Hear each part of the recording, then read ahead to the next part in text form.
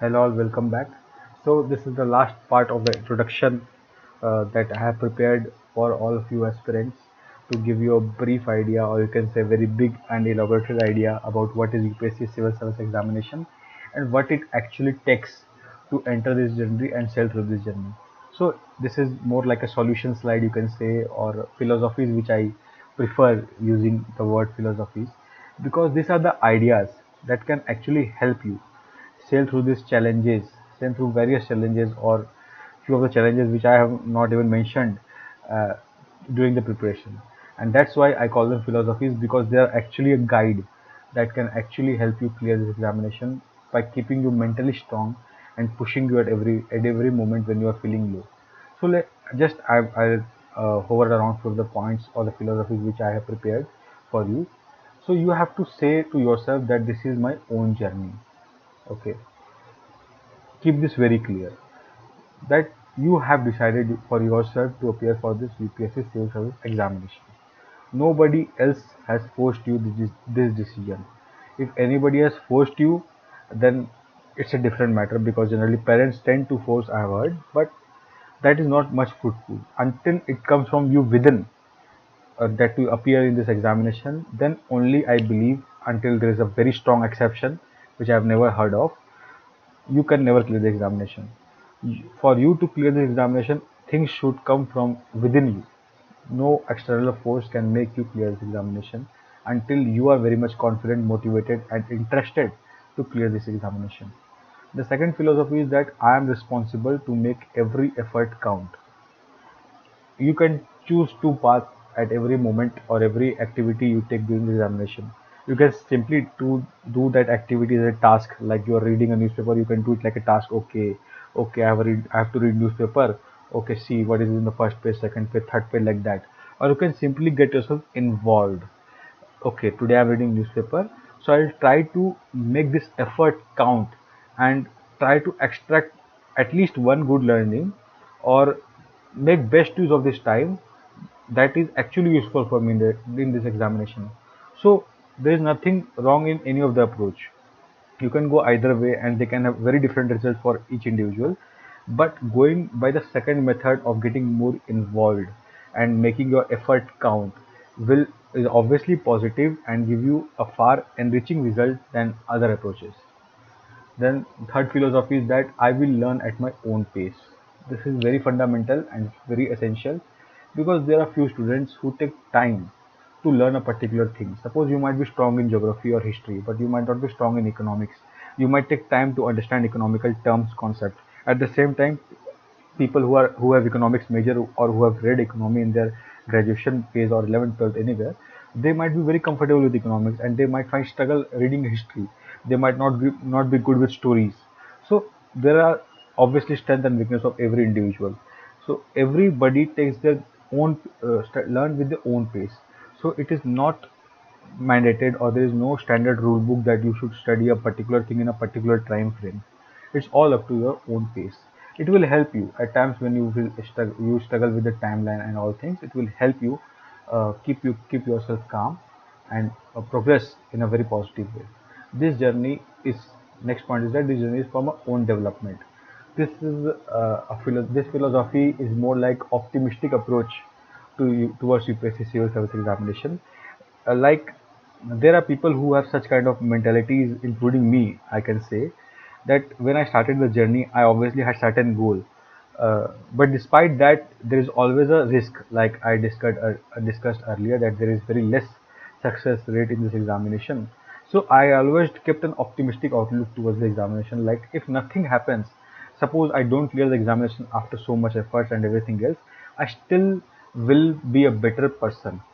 Like I mentioned, the next point, better version of myself. I still be a better version of myself, because at that point when I decide to leave this journey, or when I feel that I'm not successful, I should do something else. At that point, and the point where I started the journey, I will definitely see myself having better knowledge, better subject understanding. Know things which I have studied, may have studied in my school, but have forgotten, but might have forgot due to various reasons.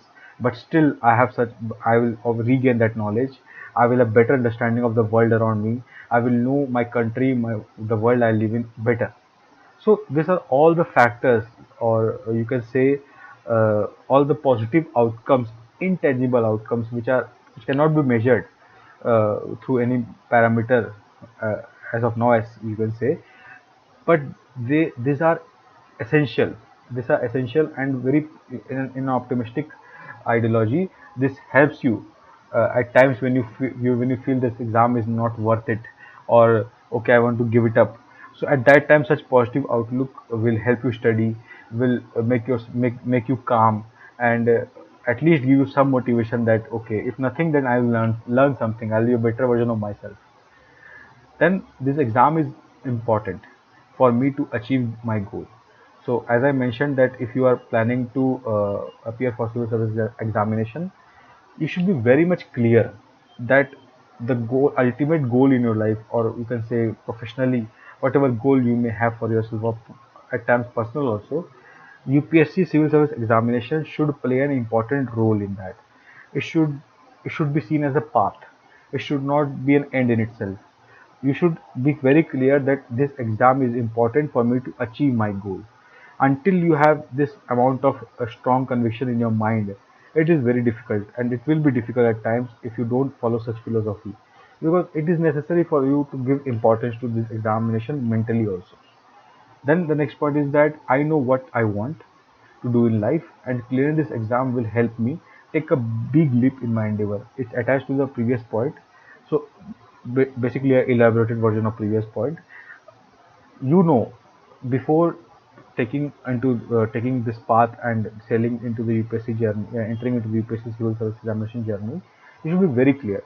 You should know that what you want to do in life. At least, if not very clearly, you should have a end expectation in your mind. Like, okay, 5 years down the line, I see myself doing this in policy something. If I want to do something in administration, I want to do something in foreign affairs, I want to do some development work, I wanted to uh, uh, do something for animals, environment, anything. You should have certain goals, and UPSC civil service examination should uh, help you take a big leap in this endeavor. Why? Because if you don't see that delta, like many people say in their interview that they get inspired by to appear for UPSC civil service examination because they felt that with the exam, when you clear the examination and you become an administrative service officer, you get a lot of authority and power, and you can do work to create impact at a larger scale, at a district level, you can say. But if you do it with an NGO, or with a individually at your own capacity, or with a particular organization, you can do it at a very small level, a village level, a hamlet level, something like that. So that delta of scaling up your impact and taking a big leap in your endeavor, if that reflects, if that motivates you to appear for the UPSC civil service examination, so this philosophy will definitely enhance your ability, capacity, and will push you further, more than your capacity also at times, to clear this examination, because you can see the incentive of clear this examination very clearly. Then you have to tell yourself that you are confident, and I will clear this examination. At least mentally, when you enter the UPSC civil service examination journey, there are many factors and many pulling backwards factors which will try to pull you back. Maybe relatives, maybe friends, maybe spouse or partners, anybody. But you have to first mentally crack this thing that I will clear this examination. If you are mentally very much sure, then all the initiatives, all the steps you take will automatically turn positive and give you positive energy to clear this examination. But if there is a sense of doubt, okay, I might not clear this examination, I have never been a topper in the exam, I've never been a topper in my class, will I be smart enough to effectively clear this examination? I might take 2 to 3 attempts, I might ruin 3 to 4 years. Such things have no end result, and they are simply meant to harass you, you can say, or misguide you, or pull you back in the journey. You have to mentally clear these hurdles and believe that you will surely, if you put the right effort, if you put the right intention, you will definitely clear this examination. Then the next philosophy is that I will make myself conceptually strong. So why I've written this point? So it is more related to the academic part of the examination, like preparing for examination. any question means especially in the last 3 to 4 years, if you even see the prelims paper, you simply understand the importance of concept. UPSC civil service examination nowadays, or you can say the UPSC who conducts the examination nowadays has stopped asking direct questions. They have started mixing two or three concepts. They have started giving options that will make you think then and there on the spot. So if you are not conceptually strong, if you are not able to interrelate concepts, if you are not able to think on the spot, which obviously comes with a strong conceptual background, it will be difficult for you to take decision in the prelims examination, especially while you deciding between two or three options. So that's why, and especially also in the mains, also you will feel struggle in writing good points in your answer.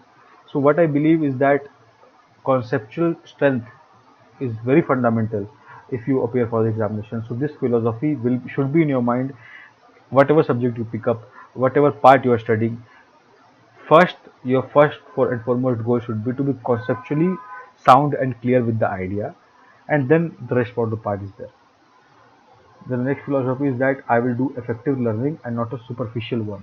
It's related to the previous point, and it's very self-explanatory. You should not just do things because you feel it should be done.